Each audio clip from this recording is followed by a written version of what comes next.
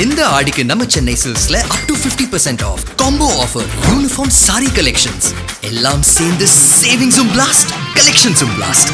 நம்ம தி சென்னை சில்க்ஸ். தமிழ்நாட்டுல எல்லாமே சேஞ்ச் ஆயிடுச்சு. உங்க நகையையும் சேஞ்ச் பண்ணுங்க. உங்க பழைய நகைக்கு கிராமுக்கு 150 ரூபாய் கூடுதலா வாங்கி புது நகை எடுத்துக்கோங்க. அதே கம்மி சேதாரம் தான் உங்க லலிதால மட்டும்தான். பழனி தண்டாயுதபாணி கோவில் நிலமோசடி விவகாரத்தில் கைது செய்யப்பட்டிருந்த வழக்கறிஞர் அன்வர்தீன் உயிரிழந்திருப்பது பெரும் அதிர்ச்சியை ஏற்படுத்தியிருக்கிறது. அறநிலையத்துறையின் கட்டுப்பாட்டில் உள்ள தண்டபாணி அறக்கட்டளைக்கு சொந்தமான ரூபாய் 100 கோடி மதிப்புள்ள நிலத்தை போலி ஆவணங்கள் மூலம் தனி நபர்களுக்கு பத்திரப்பதிவு செய்து கொடுத்ததாக குற்றச்சாட்டு எழுந்தது. இது தமிழகத்தில் பெரும் பரபரப்பை ஏற்படுத்திய நிலையில் வழக்கு சிபிசிஐடிக்கு மாற்றப்பட்டது. இதனையடுத்து இந்த மோசடி தொடர்பாக சார் பதிவாளர் ஜஸ்டின் மணிகண்டன், அறக்கட்டளை நிர்வாகி முருகதாஸ், இடத்தை வாங்கிய வெள்ளத்துறை சேதுபதி, வழக்கறிஞர் அன்வர்தீன், இடைத்தரகராக செயல்பட்ட ஜெயபிரகாஷ் உள்ளிட்ட 11 பேர் மீது சிபிசிஐடி போலீசார் வழக்கு பதிவு செய்தனர். இதில் சார் பதிவாளர் ஜஸ்டின் மணிகண்டன் உடல்நலக் குறைவால் திண்டுக்கல் அரசு மருத்துவமனையில் சிகிச்சை பெற்று வரும் நிலையில் அறக்கட்டளை நிர்வாகி முருகதாஸ், நிலத்தை வாங்கிய வெள்ளத்துறை சேதுபதி, பத்திரம் தயார் செய்து கொடுத்த வழக்கறிஞர் அன்வர்தீன் ஆகியோரை போலீசார் கைது செய்து சிறையில் அடைத்துள்ளனர்.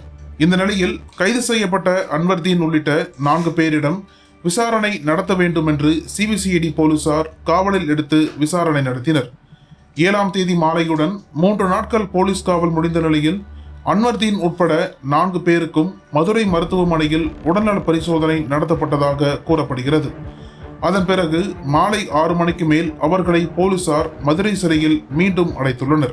இந்த சூழலில் வழக்கறிஞர் அன்வர்தீனுக்கு இரவு நெஞ்சுவலி ஏற்பட்டதாகவும் காவலர்கள் அவரை மருத்துவமனைக்கு கொண்டு சென்றதாகவும் கூறப்படுகிறது.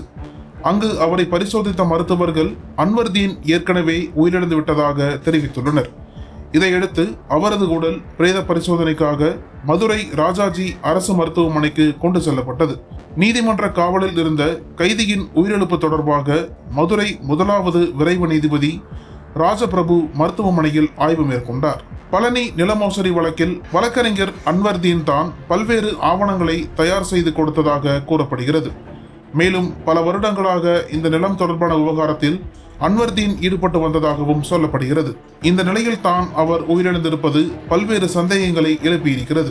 இது குறித்து அவரது உறவினர்கள் கூறுகையில், அன்வர்தீன் கடந்த 8 ஆண்டுகளாக பக்கவாதத்தால் பாதிக்கப்பட்டு அவரால் தனியாக இயங்க முடியாத சூழலில் இருந்ததாகவும் தெரிவித்துள்ளனர்.